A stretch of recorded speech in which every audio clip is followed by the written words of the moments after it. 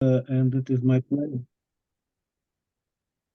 It is my pleasure to announce today's speaker, Ilya Pavlyukevich, with a talk on stochastic energy balance model with moving ice line. Please, Ilya. Yeah, okay, Andrei, thank you very much for this kind invitation. So this is my second talk at your seminar. And today I'm going to talk about, yes, as it is written here, stochastic energy balance model with moving ice line. And this is a joint work of myself and my PhD student, Friedrich, who is about to finish his dissertation. So what is it about? So I will start with a general introduction to basic energy balance models and climate modeling. So just to give you an intuition and to introduce you into the setting. So the problem is the following. Climatologists look for or try to construct rather simple, conceptual, differential, dynamical models that could explain the global properties of Earth climate. So what does it mean by global properties? So we do not want to predict weather. So what happens tomorrow, for example, so will it rain or not? So, but so people are try to understand conceptual phenomena like periodicity of ice ages, or transition between cold and warm climate states, and so on. So this means essentially this is so the models are very basic, so they are not quantitative but qualitative. So it's about understanding some basic principles of the Earth system as a climate system. And actually, the origin of these energy balance models, so this story goes back to two papers by Budiko from the Soviet Union and Sellers from the United States, who published two papers devoted to the same subject, the same year, and I think the same journal. So it was published in Tellus, one of the main journals in climate science, in the year 69. So, and they proposed both, so the following model, so more or less the same model, with minor differences, which can be cast into equations as follows. Good, so we make very simple, well, not very simple, but very, very serious simplifications. So in the model, so the model is zero dimensional. So the Earth is considered as a point in space. And this point has temperature. So this is the global Earth temperature. And actually, what we do, we write an equation for the temperature or for the energy balance of the planet. And in very simple terms, the energy balance is written so as a very simple differential equation. So X is the temperature, depends on time. X dot is the derivative with respect to time. And then we say that the energy here, so this is the thermal capacity R times the temperature. So the instant change of the energy or of the, is proportional or equals to the difference between the incoming and outgoing radiation. So, and everything depends on these terms. So how much energy comes to the Earth and how much energy emits or gets out. So, and then how to parameterize this. So to parameterize incoming radiation, so, and it will be so written in the next slide, we just assume so that actually the single source of energy for our climate system in whole is the sun. So the Earth gets energy from the sun. So, and this incoming radiation can be parameterized as follows. So this is the solar constant Q. So this is sort of the amount of energy at the upper atmosphere of the Earth, times the parameter, so factor 1 minus alpha of X, which will be given later. So this is the proportion of the energy which gets absorbed. So alpha is the so-called albedo function, which is the proportion of the reflected energy. So, and 1 minus alpha is the absorbed energy. So I will give you, so the model actually, so the next slide. And the outgoing radiation, it's actually very simple supposition. We just say that we assume here that the Earth is just a black body, and the outgoing radiation, so this is infrared radiation, thermal radiation, is proportional to the fourth power of the temperature. And this is the so-called Stefan-Boltzmann law. Stefan-Boltzmann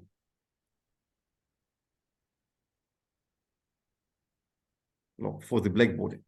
And of course, well, you make corrections and so on. So now, what does it mean in concrete terms? So let us start with the albedo. And here, as I say, so the model is very simple. So we just assume that Earth is a point in space, and now we make sort of cheating all the time. And now we say that the Earth, so this point has a color, and this color depends on the temperature. And it depends on the temperature in the following way. So the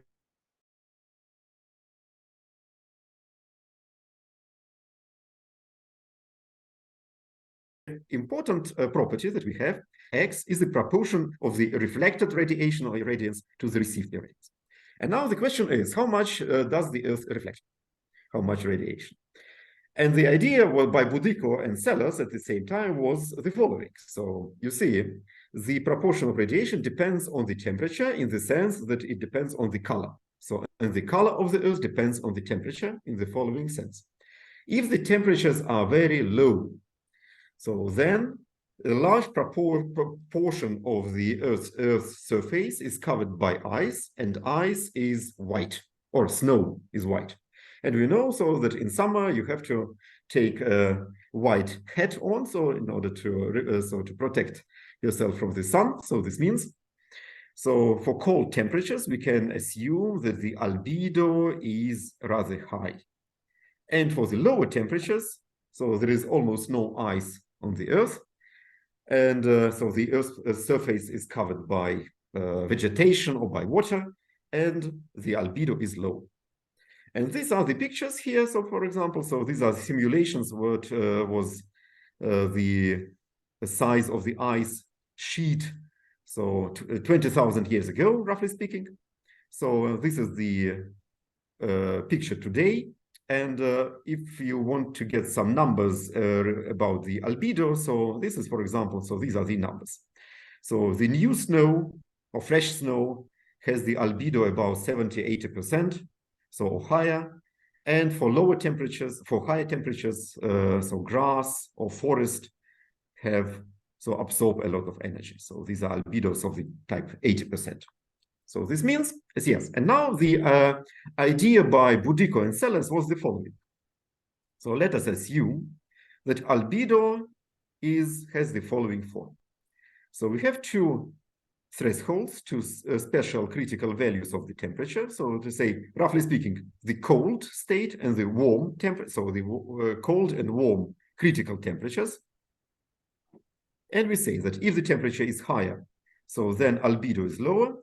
If the temperature is below this value, albedo is high, and in between it is some linear or smooth. So we don't care actually. And to be honest, there are two models. And to be honest, I forgot. So who was the author of each model? I think Boudico assumed that the albedo is a step function which is discontinuous. So and there is just one critical temperature, T critical. And I think Sellers considered some more or less smooth or continuous albedo function. But essentially, so they give the same result at the end. But so for me, so this model is rather unnatural. But in climatology, both these models are considered as very important. And so people study both of them very extensively. Good. So this is it. Now we pass to the yes. And now let us consider the situation and look if this very, very simple model gives us some interesting answer. So And it turns that, yes, so we can get something. So let me make this picture a bit larger. So let me write down here. So what is written here is the balance, energy balance. I write again. So AR, the thermal capacity, X dot equals to, okay, let me write Q1 minus alpha of X. So this is incoming minus sigma X to the 4, to the outgoing radiation. And what climatologists look for is the stable states. So the stable state is the state of the temperature, so the value when this temperature doesn't change. So this means we just solve this equation. So, and look for the zeros of the right-hand side of this equation. And now let us do this. So I assumed that the albedo function was something like this. So this means 1 minus albedo. So this is alpha of X. 1 minus albedo is something like this. So then I multiply by Q. So this is the solar constant. And I get the red line on this picture. So this is exactly the incoming radiation. So here I have T, but it's X. So now the outgoing radiation is X to the power 4. So well, approximately I write, so I plot something like this. It's not exactly X to the 4, but you can assume that it is. So, and then if you choose the parameters properly, so there are a lot of parameters in climate models, actually not very many, so many parameters, but so some, then you can fit your model into this following picture. And then you have, so let me have here, so 3 stable, so 3 zeros. So this means we have something like this. And if you have a function which belongs, so which have three zeros, then, so for example, you can rewrite this equation in the following form. You just write X dot. So we are in dimension 1. I can write it as in the potential form U prime of X, for example. So, and U is the effective potential. And it the effective potential will look like this, something like this, with so these stable states corresponding to the extreme of the potential. And what we see here is that we have a stable warm state, stable cold state, and some transient state in between. And this is it, essentially. So you see, so that very, very simple model, this very simple model can give us some very basic and qualitative picture of the past. So because this corresponds to the situation, so which is known from paleoclimatic time series, which says that we had, so in the last 1 million years, so there have been 10 ice ages and warm ages. So this means about 10 transitions between these states. So, and we got these states. So, and now, well, you can do more with these models. For example, if the model is deterministic, so then actually no transitions are possible between the states. So, but now you can, sorry? Can I have a question relatively to this stable states? Can you estimate the time up to the stable position when we have a different initial point? So maybe this cause what causes this transition between different points? Yeah, exactly. So this is a very good question. But so this is in climatology, there are 2 types of models: deterministic models and stochastic models. So this model which I gave you, so presented here, is a deterministic model, and it has a very strong drawback, and it is known since, well, 40 years or 50 years, that actually no transitions between these states are possible here. So because we have a deterministic system, so this is essentially an ordinary differential equation. If you start here, so this is your initial condition, you converge to the warm state, and that's it. If you start here, you converge to this state. So what people study, so this model is good, so because it gives you at least 2 solutions, so which possibly can exist. But what people study is, for example, the sensitivity of climate. So because, so what can you do here? So the easiest way of doing things is you say that the solar constant is actually not a constant Q, but it's a periodic function because of some astronomical factors. So roughly speaking, you know that if you take our solar system, so this is the sun, and this is the Earth. So the Earth moves, so the orbit of the Earth is an ellipse, and the ellipse is described by its eccentricity. But it turns out that due to very different factors, the eccentricity of the ellipse, of this ellipse, is not constant. So, and it changes periodically. So this means the solar constant is also not periodic. But the variations of this constant are not sufficient to produce transitions between cold and warm states. So this means essentially you will have small fluctuations here around the minimum, and people can study this. So this is one of the questions. To overcome this drawback, people add noise, and then you immediately get into the paradigm of stochastic energy balance models. And then indeed, so what you do, so this is the easiest way of doing things, you take your deterministic equation. So, okay, so this is the Stefan Boltzmann law, roughly speaking, linearized. So, because instead of this white line, you can plot here, so the straight line, so it doesn't matter essentially. You can add some noise term here. And then, of course, you get a diffusion, something like this. So you have slowly varying or moving stable states, or now quasi-stable states, but now you can jump. Yes, and then you are, for example, in the setting of large deviations theory, if you like. You can do some analysis, and people do this. So you have to estimate these variations. So this amplitude epsilon and so on. And here, for example, you can study stochastic resonance. So stochastic resonance is the effect of synchronization of this periodic, external periodic perturbation with noise when you obtain, roughly speaking, trajectories which are almost periodic in some sense, something like this. Good. So this is the point.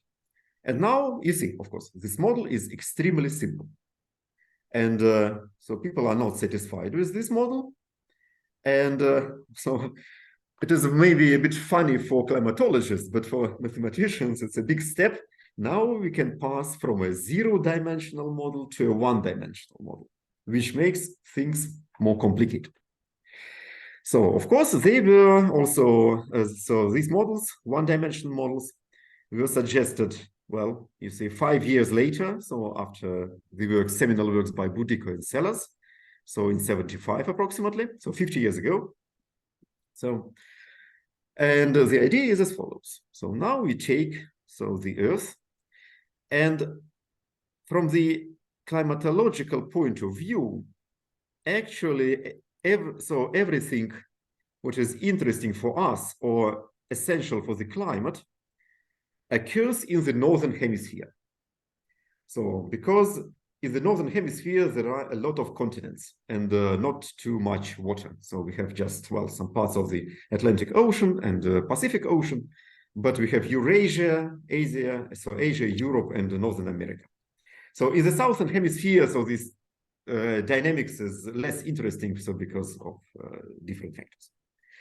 So this means what we do is, so we take the Earth, and now we cut the area of this hemisphere into the pieces. We average the climate or the temperature along the parallels, and we now identify this Earth with the interval 0, 1, where 0 is the equator and N is, so North Pole is the North Pole. So, and now this changes a lot. So now we have the equation for the temperature, but temperature is now not a value, so single value, but it's a field or a profile. So from 0 to 1. And well, what you can expect is that, for example, closer to equator, the temperatures are higher, so, and then they decrease. So if you go to the northern pole. So this is a typical x of Tx. So this is the x coordinate. So this is the typical profile of the temperature. So, and now, well, you do essentially the same thing, but you have to do this properly. So you again write the heat transport equation. Okay, now you have to write x here, so I forgot to write this. So now you have to parameterize incoming and outgoing radiation. And what we do is, okay, let me say, so the incoming radiation is the solar constant, which now depends on x, because so the proportion, so the amount of radiation, so depends on the latitude. So this is Q of x, how much comes and how much goes. And now the important thing is the proportion of the received radiation, absorbed radiation, depends on the albedo. And here the interesting point is the following. So we said that albedo depends on the color. And now we can take into account the dynamics of the ice sheet. So, and now we can say that there is an ice line. So for example, this one. So I put it here. So this is the ice line, eta. So this will be somewhere here. This is a value such that above the ice line, the color is white. Below the ice line, the color is, well, green. So this means the absorbed radiation depends on the x and actually on the relative location between the ice line and the your coordinate. So this will be the main difference. Now, the outgoing radiation is linearized Stefan-Boltzmann law. So here we do not change anything. And now the important part is also the so-called heat transport. And this is an agreement. I don't know so why, but there is an agreement in climatological literature. So that the heat transport must be parameterized or should be parameterized by the following term. So this is some constant which is taken appropriately. And then you take the difference between the current temperature at time x and the average temperature, so on the Earth. So you integrate here with respect to all coordinates, you get some value, and this is so the heat transport. So this is actually not a diffusive transport.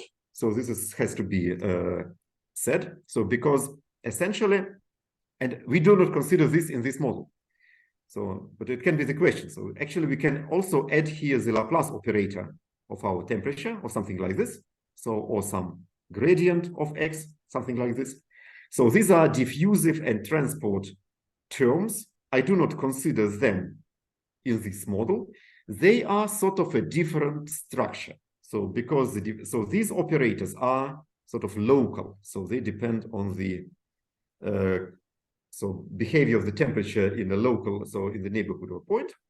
So, and this term is of different nature. So this is climatologically, so people say, well, this is some complicated interaction of oceans, winds, thermoconvection, I don't know. So this is it. Okay, and now two things can happen. So first, you can consider this equation, and with a fixed ice line, so and try to solve it and try to answer the questions as above, or you can do the following. So, and this was done actually very recently in the papers by VDIC and co-authors, actually, so 10 years ago.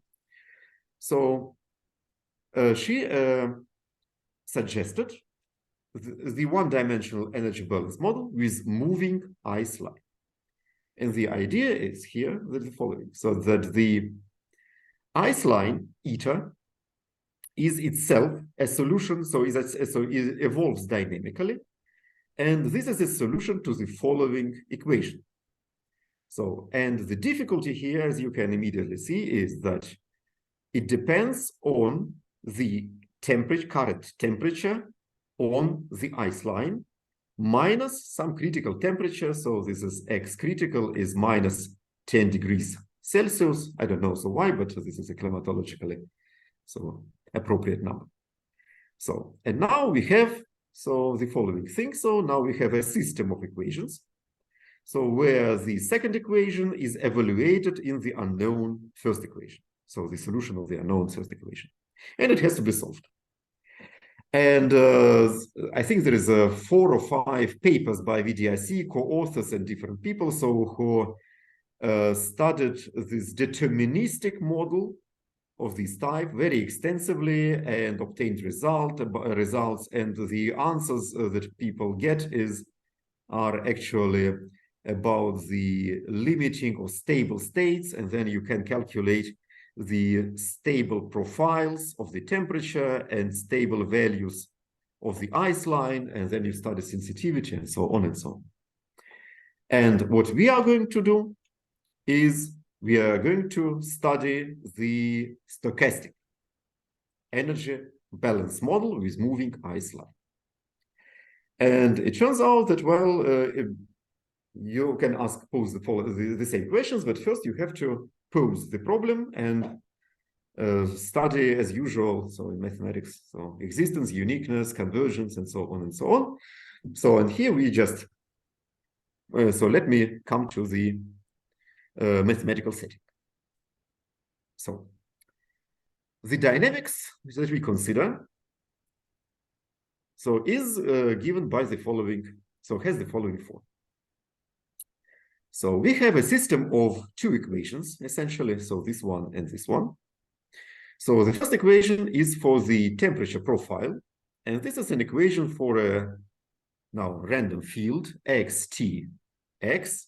X belongs to the interval 0, 1. So t is larger than 0. So we have some initial profile x naught, conditions. So I will formulate the conditions later. So, and now we have, so the following dynamics in the integral form. So we have some drift term, which depends on, so the current coordinate x, on the current temperature at point x, on the mean temperature of the Earth. And here we do not, so we take, well, we integrate the temperature with some finite signed measure. It can be uniform distribution, or it can be actually a delta function. So this means you just take a value at some point. Temperature at some point, so it's just any measure here. So this is the process Z, and it depends on the ice line. And here you can ask yourself, what is this? So this is 0, 1. So in the original setting, I do not suppose that the ice line is confined to the interval 0, 1, because it must belong to the 0, 1. So, but it's just convenient somehow. We will prove later that it belongs to the interval 0, 1 under some conditions. So I solve this for an arbitrary ice line, and the function 0, 1 is the truncation function. So this means, so eta, so 0, 1 is the following. So it's eta if eta belongs to 0, 1, it's 1 if eta larger than 1, and it's 0 if eta less or equal than 0. So we have the following function. So this means eta itself can take any values in R. Eta of t is in R, but since my function's defined only on the interval 0, 1 by definition, so I have to truncate and put it. So, and then we have a stochastic term, and here I even assume that we have infinitely many Brownian motions, which actually doesn't matter, so really, so how many? So, and this is the equation for the profile. And the ice line is given here. So this is a one-dimensional equation. We have a drift term F. It depends on eta itself, on the temperature on the ice line, on the mean temperature of the Earth, and a stochastic term, so with the same structure. And I assume that the Brownian motions here, so the noises are independent IID Brownian motions. So, and of course, you can imagine that the difficulty here is the evaluation of the term of the superposition. Good. So let me formulate assumptions. So my talk is constructed like this. formulate assumptions, I present theorems, then we will consider an example in detail, and then I give you some intuition about proofs, about the proof of existence uniqueness, but actually the proofs are technical, and I explain you, so what is the difficulty, and then you can actually use a cookbook and do the things. So what are the assumptions? So for the existence and uniqueness, we assume that the functions here, drifts f, sigma, and sigma, everything, so are Lipschitz continuous. So the noises, so I consider them in the sense of the norm, is Lipschitz continuous.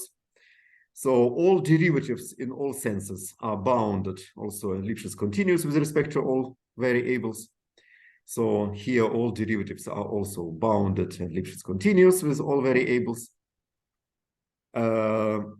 The measure mu is a finite signed measure with the total variation m, which can be 0, but it is also finite here.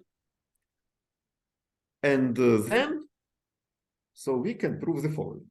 So let assumptions hold true. So these are the assumptions. So then for any initial profile, so which is C2 smooth, and I will comment on this. So C2 smooth. So this is x naught of x. So and any initial value eta naught, so which can be in R, but it can be in the interval. So our system has a unique continuous Markovian strong solution, such that there is a modification. So with respect to x, such that all temperature profiles are also C2 smooth. So, so what do I do here? Okay, so maybe here I have to comment a bit. So why do we need this, and why do we check? So take these assumptions and work in this under these assumptions. Well, roughly speaking, I can confess that these assumptions are not the best ones. So you can definitely relax them. Oh, sorry. Okay, sorry, I want to use, oops. I want to, wait a moment.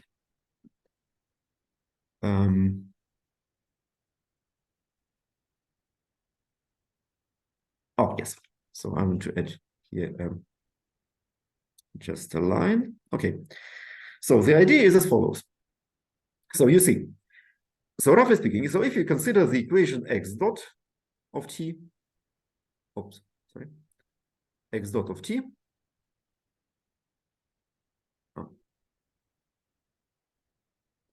equals as, so now we take, so the equation as in the original deterministic paper. So I take x, so the temperature at point here, evaluated here, plus some noise, plus sigma, so the same dB. Okay, let me write here d. Write here d. And here write dt. Yes, and this. And now, well, we would like to solve this equation. So, and it is more or less clear. So that if you try to solve this equation, for example, by the method of successive approximations. So the simplest condition that you have to impose on the coefficient, if it is even random, is that eta, so the mapping x to x t of x must be somehow Lipschitz in certain sense. So, and this is actually so the way of doing things. So this is the minimal condition you can expect. So if you do successive approximation. So good. So and now we just ask ourselves, so what should we do? So I say, well, we do not want to have Lipschitz because so Lipschitz is too complicated. So let me demand that so this mapping is C1, just for simplicity. So and then we have the following question. So then we need, so if we do C1, so then the Lipschitz constant will be the gradient of xx somehow. So this will be the guy so that we have to control. So, and this should be, so in order to get a good solution, so this gradient with respect to x must be somehow, so behave well. And to control the gradient, so you have to control somehow, well, how to do this. So then you have to go to Sobolev spaces. So for example, so the simplest way is what happens if you want to control the gradient in the infinity norm, so the supremum, so which is the best possible situation. To control the gradient in the best possible way, so you have to go to the Sobolev space, say when 1, I don't know, 2, and control the second derivative. So, and this is the idea. So this means actually you have to, so in order to do this story, so you pay some price. So so this means you have to control the gradient, you have to control the second, so the second gradient, so the second order gradient of the unknown temperature profile. You have to control them over long time intervals, so in the limit later, so to get some invariant measures and so on. Yes, and now you work with Sobolev spaces, you have Sobolev norms, and just to avoid difficulties, because there are enough difficulties of any kinds. We just say that actually, so we want to have our solutions, all our solutions, to be in C2, so that we have no problems with the integrability of so the gradient of the second gradient. They are just continuous functions, everything so exists.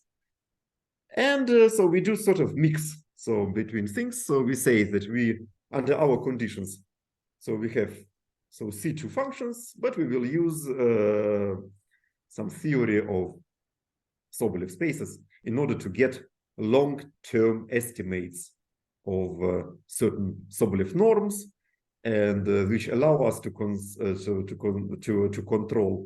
so the supremum of the solution, the supremum of the gradient, and it is what we need. So this is the motivation. So, and so from the climatological point of view, so this is absolutely acceptable. So because, well, it is difficult to assume that the spatial smoothness of the temperature profile so is very bad, actually. So we have, so with respect to the coordinates, so the temperature must be good. Okay. So now let us impose the conditions under which the ice line belongs to the interval 0, 1. So this means it is not possible that the ice line hits the equator. So, and if the ice line hits the equator, so this means the total northern hemisphere is covered by ice, and this means we have the snowball Earth. So this is an acceptable climate state, actually, but we want to avoid it. Snowball Earth. So, and another extrema is eta equals to 1. So there is no ice at all, and there is no ice sheet. So we also exclude the situation. And actually, so our assumptions are very easy. We just assume, so that if you recall, so the equation about, so on eta, so it was f of something plus sigma of something dw, and here dt, and here, okay, d. So then we just impose conditions that our drift is pushes us into the interval at 0. It pushes us into the interval. So if we approach the ice line, and the coefficient sigma is just 0. So on the ends of the interval. So this means essentially there is no variability. So in the extremal cases. So this is quite acceptable conditions. So, and this is enough. And now we say that if assumptions hold true, so then actually, and if our ice line, the initial value starts at 0, so then we stay always strictly in the interval 0 and 1. And this means that we can omit the truncation operator here, and in the sequel, we just consider the ice line as a nice confined process between 0 and 1. And we expect that it will behave something like this. So it is the diffusion, and it can make some transitions between some states, and our goal is to find the limiting dynamics. Good. So now limiting dynamics or limit dynamics. Now, to study something interesting, we reformulate our model in the paradigm of the so-called slow-fast system. So essentially what we do, we introduce another parameter, epsilon. So epsilon will be a small parameter between 0 and 1, which will go to 0, which actually separates the climatological variabilities of speeds of fluctuations of the temperature profile in time and the ice line in time. And the idea is as follows. The temperature, if we measure time, for example, in days, the temperature fluctuates very fast. If I measure the temperature at time, this is say days, then we have at least seasonal fluctuations, and within one day we have fluctuations about 10 degrees of Celsius. These are very fast fluctuations here. This is x of tx. On the other hand, the process eta lives on quite different time scale. The ice line, if I take here years, then the ice line changes. On the time scales of 10 to the 4, 10,000 of years, or 20,000 of years, or years, and 30,000 years. This means actually epsilon should be taken something, well, in many papers it's at least 10 to the minus 4 or 10 to the minus 2, minus 4, or even less. This is our parameter epsilon. And then we introduce here this parameter. Now I pass to the time scale. The ice line lives on the time scale of the order 1. This is my usual pace. And this is a slow system. And this is very fast fluctuations. This is a fast system.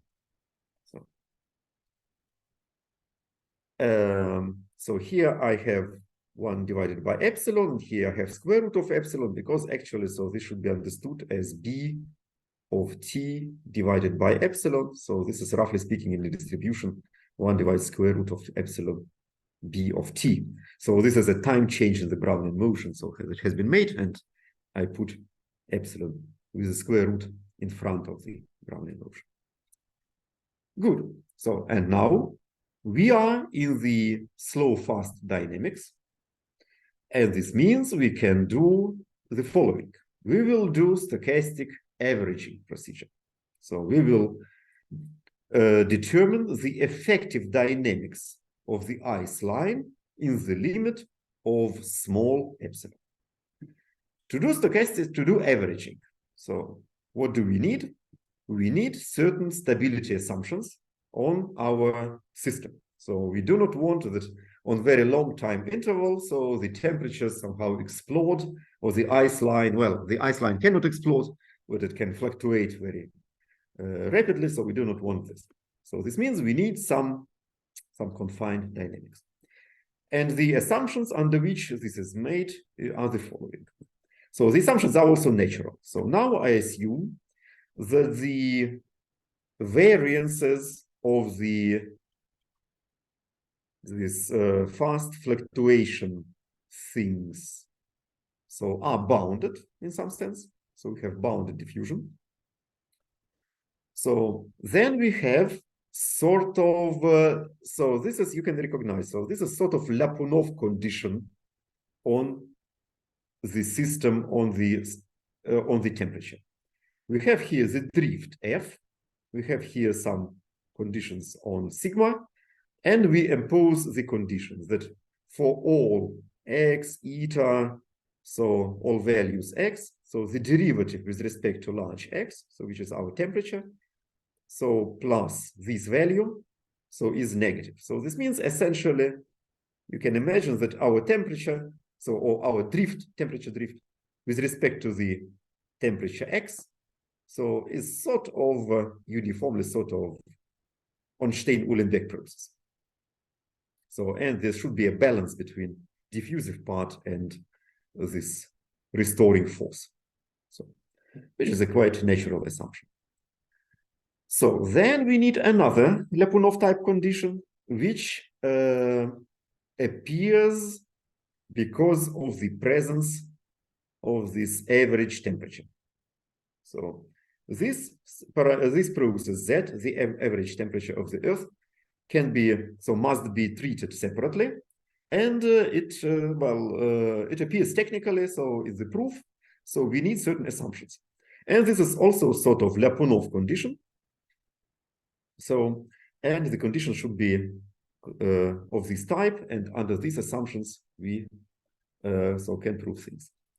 And now another equality is, so what are the constants A, B, and C? Essentially, C is just arbitrary. A must be positive, so this is a restoring force in a sense.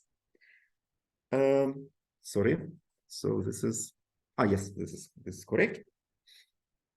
This is correct, but now we have some constant which, well, seems to be unavoidable somehow.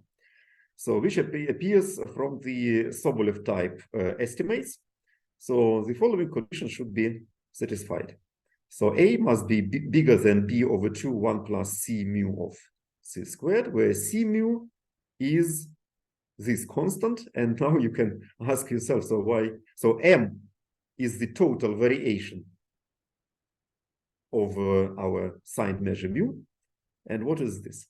So, and this is the optimal embedding Sobolev embedding constant, which embeds so W1, 2 into C infinity.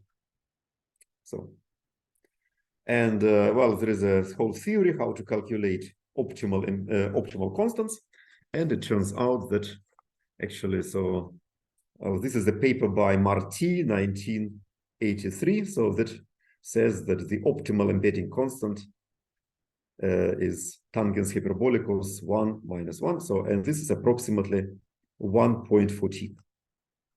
So, if I'm not mistaken, just let me look. So, in my notes,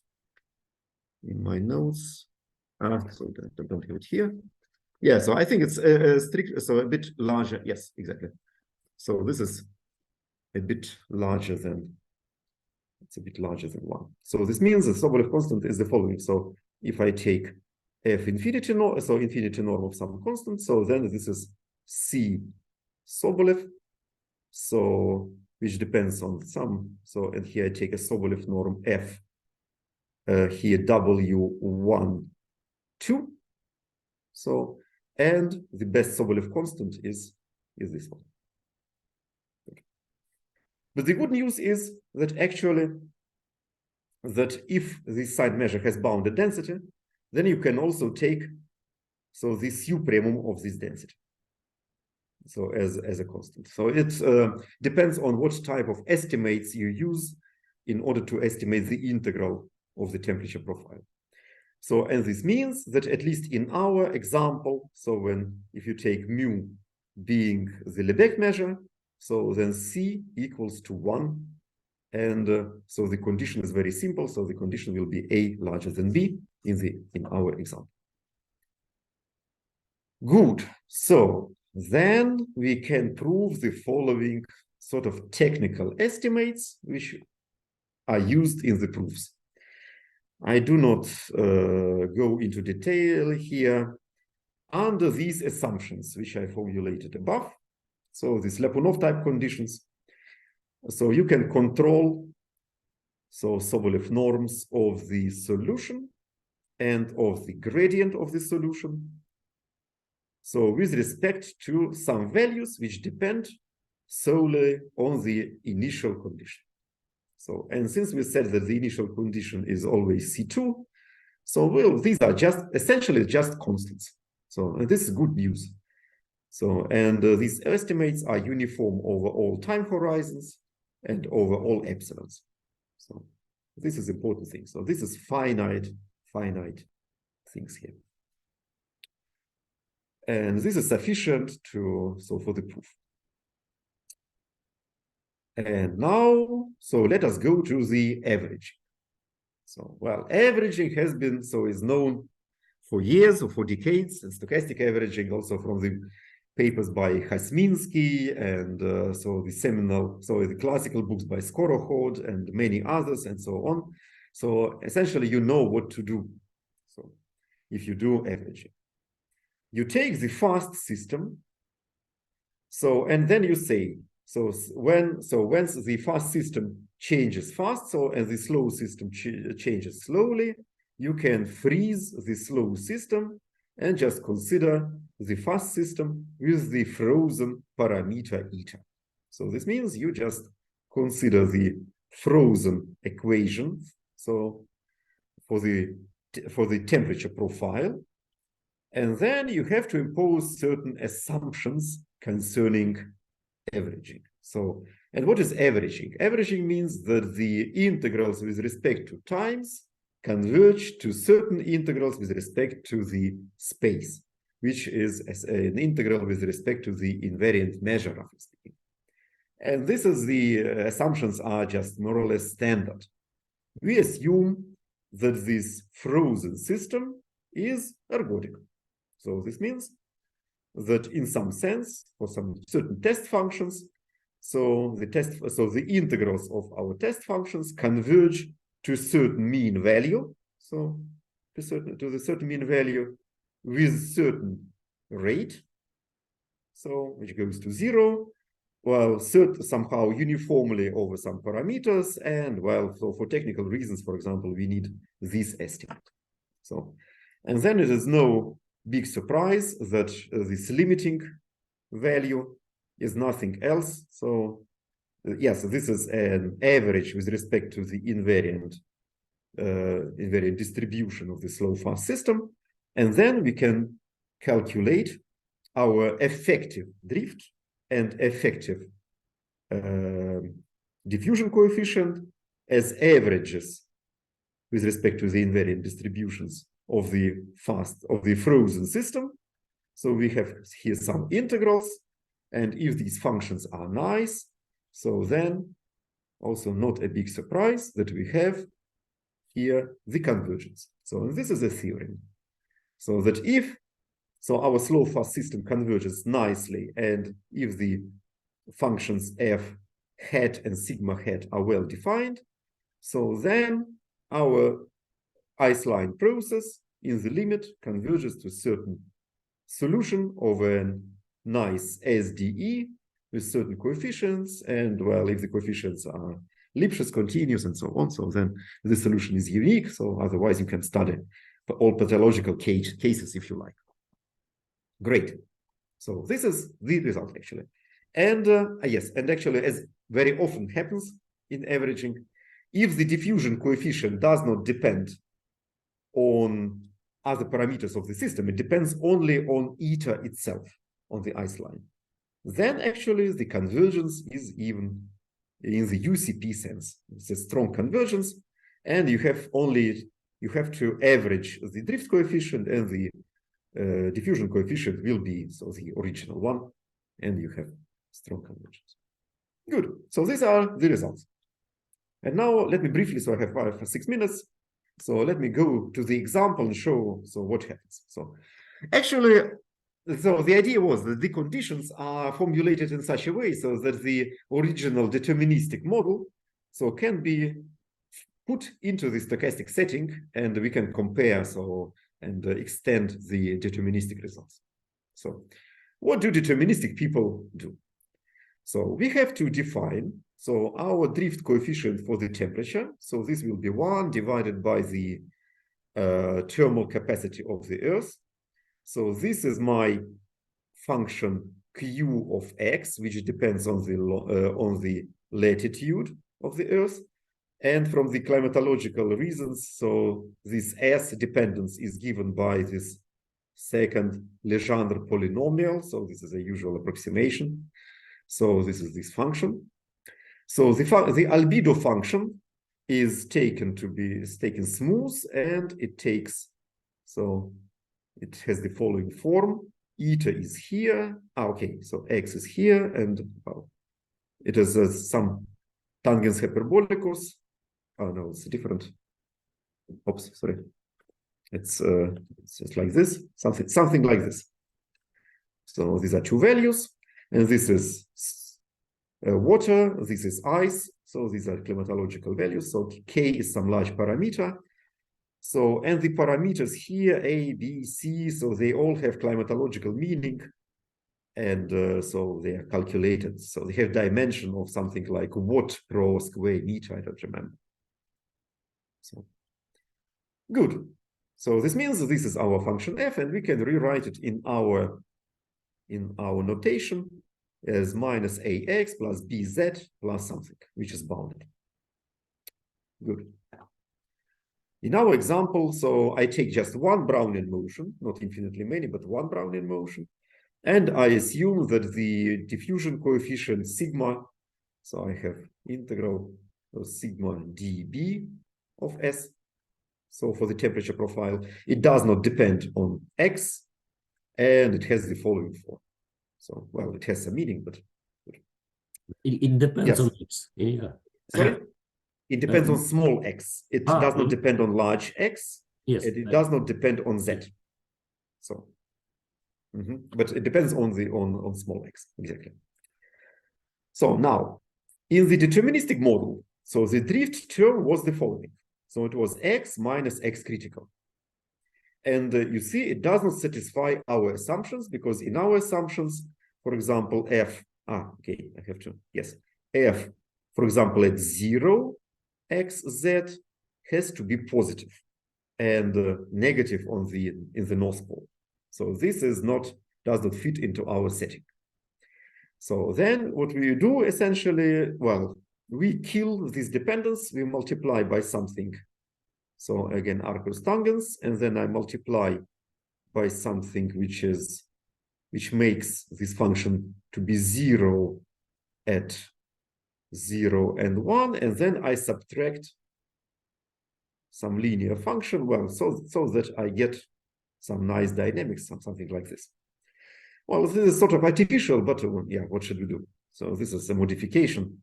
So this means inside of the interval 0, 1, everything as before. So because this function more or less coincides. So inside of the interval and on the boundaries, I have some modification. And again, in our numeric example, I just set the diffusion coefficient, something like this. So to be 0 at 0 and something in between, doesn't matter. Okay, and then we have to check our conditions and calculate everything, and especially calculate the limiting behavior. And in our situation, everything is more or less easy. So because, well, I did it like this. So I take the frozen processes. So, and here just believe me, so the frozen processes look like this, and these are linear processes. So linear equations. Xi is the frozen temperature. So it is linearly here. So this is just for every x and eta, it's just a parameter. So we have two parameters, x and eta. So, and this is the average temperature. So this is zeta. So it appears also linearly here. And I have the same Brownian motion. So this means this is essentially a two-dimensional linear system driven by one-dimensional Brownian motion. So we can take two-dimensional, so it doesn't matter, essentially. So essentially, this is an Ornstein-Uhlenbeck process. So, and we can solve it as linear equation, we can solve it explicitly. And the easiest way, we just solve the second equation, because this is indeed, it depends only on zeta. And then if we solve it, we substitute it into the first equation and solve it again. So, and this is the solution. So these are, well, 2 pages of calculations essentially, but they are very easy. You can believe me. So the average temperature is just an on-state Uhlenbeck process. And the temperature profile, well, so this is, you see here some Gaussian terms, so convolution integrals and some initial conditions, and this is the initial condition, and this has a on-state Uhlenbeck structure, so everything. Good.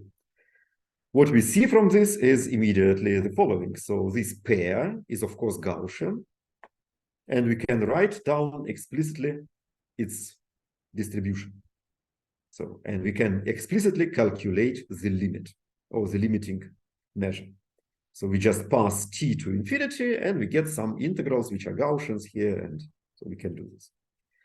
This can be calculated explicitly, so the limiting law is Gaussian with the following characteristics. So, well, it's just calculations. You can believe that this is correct. So they depend on eta as it should be. So because eta is our slope parameter. Good. So, and now essentially what we do, so in our model, f does not depend on z, so it depends only on eta x, and here t on eta. So, and this means that essentially we do not have to calculate everything with respect to the to the two-dimensional Gaussian density, but essentially it is sufficient to integrate with respect to the process psi, and we calculate. So we have to calculate the integral f of the, okay, so we have to calculate. So essentially, let me write the, so f hat of eta, the effective drift, will be the expected value of f of eta, and here I take psi eta infinity. Yes, and psi eta infinity is a Gaussian random variable with this mean and this variance. So this is my effective drift, and since sigma does not depend on x, so I don't have to integrate. Yes, and this is the example. This is the example. So for example, I can calculate the function f, the effective drift, for various values of the mean solar incoming radiation. So Q. And this is what people usually do in climatology. So you can look here. So these are present conditions. So this is present condition. So this is the present value of Q. So you see here is the North Pole. Here is the equator. And zeros of F are more or less the stable climate conditions. And this is unstable, this is transitional, and these are too stable. And what we see here, so we have, so these are ice sheet, here's this ice, and this ice cap is not very big. So it's not very big, so these are present conditions. And for example, if you look here, so what would happen if Q goes down? So this means we get less temperature, so less energy from the sun. Less energy from the sun means that the climate should be colder. And indeed, so this is reflected by our model. So this will be the ice cap. The ice cap. It will be larger. And if we get more energy from the sun, so well, the ice cap will be almost absent. So, and you see, so somehow models work, the model works, and so it gives qualitative results, but it can be now, well, you can play with this, you can calculate the stationary distribution of the ice line, you can calculate, so the transition times between the states, you can do large deviations, everything you like. So we haven't done this, but so this is also very interesting. Good, so, and essentially that's it. That's it. So thank you very much for your attention. So I wanted to tell you something about the idea of proof of existence and uniqueness, but well, if you ask the question, so I can do this, but so since the time is over, I finish. Thank you very much. Okay, thank you very much for interesting talk. And maybe somebody have questions or comments, please. May I ask a question? Yes, so just I do not see who is speaking. So if you I'm Alexander Weiss. okay, yes. So my question was so regarding the system of equations you presented. They look very much like the equations with interaction that Professor Dorogovtsev introduced. And I had a question regarding this Z process, Z of S, right? Yeah, sorry, so it disappeared. Okay, Uh, so it's very strange. I cannot find it. Wait a second. So this happens sometimes? Yeah. Open Sure. recent document. Yes. Okay. Yes, Here. exactly. The process Z. So what you initially have there is a functional of the push forward of the process X, right? With respect to the spatial variable. You can see this like, yes. Yes, can you take more general functionals than just the integral of the identity function, or is this essential for the proof that it looks like this? Well, in the proof, it is essential. I think it is possible to do more general things. But to be honest, we did not do this, and I discussed it just last week with Andrei Pilipenko. So yeah, we have some ideas somehow. So what can be done here? Yes, it can be generalized, of course. Yes, clearly. Okay. Clearly. So probably you need a bit different methods. So because in the proof, of course, the structure of this process, so this structure was really used exactly, so explicitly. So, but in general, well, you can assume that if you, you can do this more generally. Okay. That's my impression.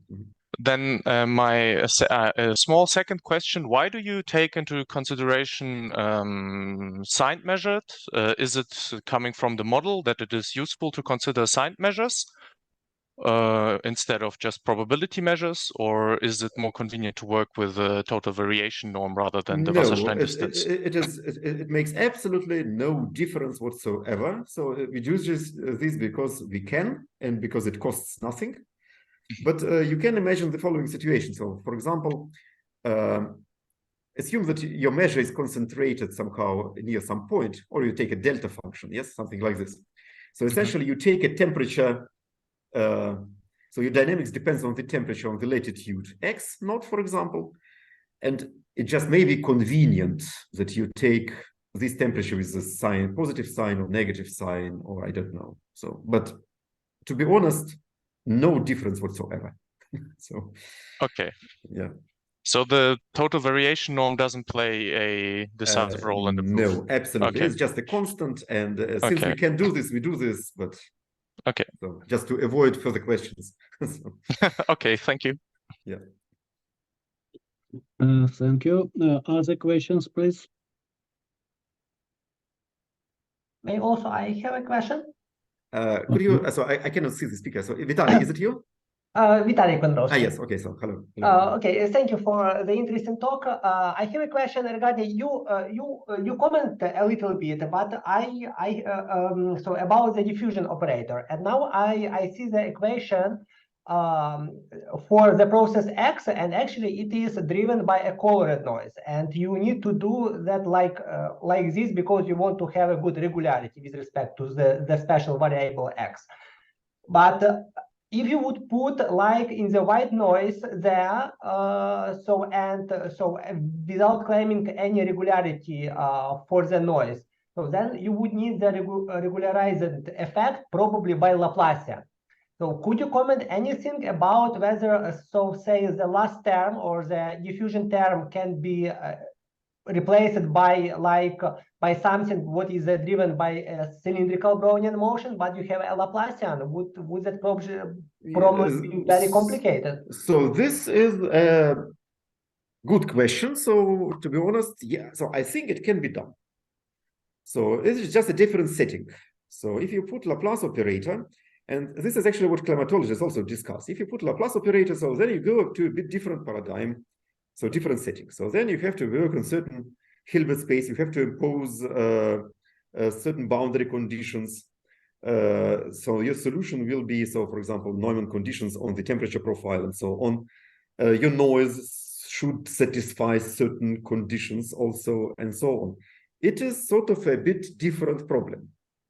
So, and so we also plan to do this, but here, for example, so in this model, so the boundary conditions are of this type, yes, and we have absolutely no conditions on the functions on the noise. So if you add Laplace operator, so then you have to do, or some diffusion operator, so then you have to do some things a bit differently. I cannot say at the moment how different will it be. So this is a good question. So that's on the timetable, so to say. And as I understand from application point of view, it is natural question, because actually you talk about temperature, and the Laplacian it would talked about the spread of temperature locally, right, in every fixed point. Exactly. So, but I commented on this a bit. So you see, for the so these are very different processes, and somehow from the point of view of global climate, so this term is called heat transport, which is non-local. So this is somehow seems to be more important than the diffusive transport. So, but of course, yes, and there are papers also on deterministic papers when people put in Laplace operator. So study Boudico-Sellers model with Laplace operator, get results. Yes, absolutely natural question. So there's no question. So yes, I agree completely. Okay, thank you. Other questions, please? I have a very small naive question. Sorry, could you introduce yourself? Mykola Bolchansky. Okay. Sorry. An extremely weak version of the question of Dr. Konarovsky. So if you interpret this as an SPDE, the standard assumptions for the coefficients of the SPDE is monotonicity.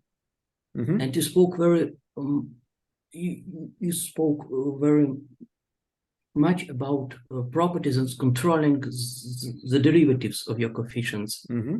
So if you try to consider just f that it's monotone, it doesn't work in your paradigm, right? Well, I don't know. So I have to think. Look, so that's two different questions. What you need. Do you want to have existence and uniqueness of a solution? Or you want to have a stable solution, which is somehow, well, converges to something. In order to get a solution, you need just almost nothing. So this is so almost classical assumptions that you have for the SDEs. You assume that all coefficients are Lipschitz, so continuous in all variables. So you do not need no monotonicity and nothing. So and then you say, well, you need for control questions just you need the derivatives are bounded, for example. So and then you get existence uniqueness, but your solutions can grow like by Gromov lemma. They can grow exponentially if you like. Yes. So like by usual ODE or SDE, Lipschitz continuous, everything exists. You have exponential moments. So this is exactly the same story. So. You need these Lyapunov time conditions or monotonicity in order to get this sort of Ornstein-Uhlenbeck type behavior to get invariant densities. So yeah, so this is a different story. So this is the second question.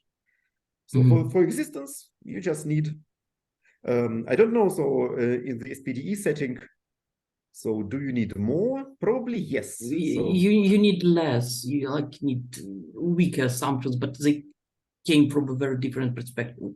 Yeah, monotone operators. Exactly. So they will be very different. They will be very different. Exactly. So that's what I'm trying to say. So that this system is not explicitly an SPDE. So SPDE, so it will be a bit different story. So this is, as I say, so we are going to study this. But this is not an SPDE in its proper sense. I see. Thank you very much. Thank you. Okay, thank you. Other questions or comments, please? I would like just to make one comment that the process Z is not a problem at all, but eta is a problem because you substitute it into this random field. And if, for example, function f is discontinuous, and if f, then x may be discontinuous in x and this substitution is not defined, is not well defined. So that's why monotonicity is not enough probably. And you really need some regularity of of all these coefficients. Okay, Andrei, thank you very much. So somehow, yeah, we discussed so the first equation, but indeed, so it's a very good point. So actually, the difficult part, so is this composition. So this is actually where you have to work. So so this Z is not really a problem. Well, there was one paper by Karlikova, but this it is related, but it is not the case. So yeah, you sent me this problem, so this paper. So I looked. Yes, it looks similar, but not the same. So yeah, it looks indeed. similarly, but not the same. Yes, exactly. Okay, other questions, please? If not, I also have a comment that yes, it was interesting for me because it looks very close to equation with interaction. From this point of view, maybe it will be interesting to look not only at the dependence of the solution from the coefficients like Q and the specificity of the function with alpha, but also on the dependence on the measure mu, initial assigned measure mu. From other point of view, still, if you have a good solution and you mention Karlikova, then it will be interesting to have a martingale problem for this for this equation. Maybe in the formulation of martingale problem, you can relax some technical conditions on the coefficients. Also, this is more this question more from application. Maybe we never have a chance to see all this line eta because we cannot measure it continuously. So what about the statistics related to such equation when we have, for example, some values of eta in some points, and then can we estimate solution x and so on? So do some statistical problems. I think that it can be related to practice. A very good question and very difficult problem. So indeed. Yes, it seems to me too, because I recently began to discuss the filtration problem for equation with interaction, and it seems to me that there are a lot of new and interesting equations. Okay, yes. Thank you very much for interesting talk. You always are welcome with new talks at our seminar. Okay, thank you very much. So it is always a pleasure for me to join your group, even online. Maybe Georgi know who will be the next speaker. The next speaker will be Nasir Ganikhadjaev. Okay. So see you next week. Bye. Okay, goodbye. Goodbye.